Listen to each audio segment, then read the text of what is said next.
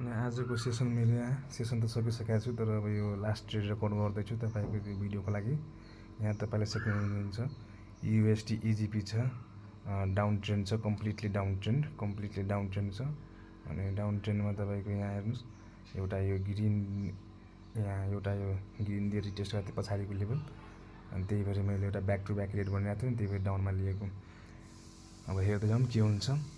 अब म जेनरली यस्तै सुपर ट्रेन्डिङ भन्छु यसलाई।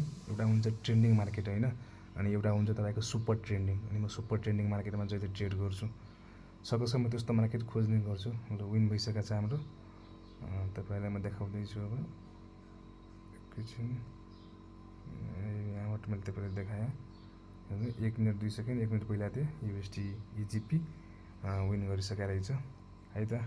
Have a good trading session. 2 दिन विकेन्ड थियो, त्यही भएर ट्रेडिङ सेसन भएको थिएन मेरो। ल त।